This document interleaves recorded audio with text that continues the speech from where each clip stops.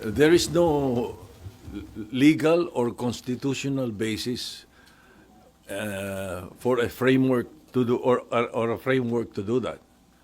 So I think it is an opinion of a legislator. So I will leave it at that. Hindi pwede, hindi pwedeng gawin yun at the moment. To restore the trust of the public daw, SP, sa gitna ng mga issues ng corruption.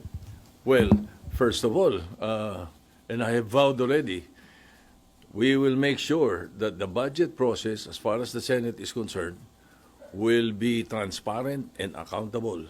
Everything will be done through the eyes or within the purview of the people, no, of the public.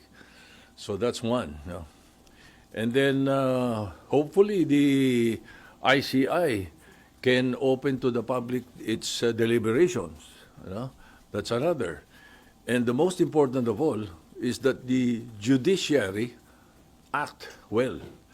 In other words, may mga ma-prosecute, may mga makulong, at may may find guilty yung mga guilty.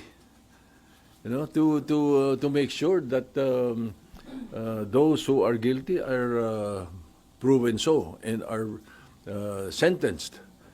Palagay ko doon pag nakita ng mga tao na gano'n na nangyayari, malinaw ang paggamit ng pera nila.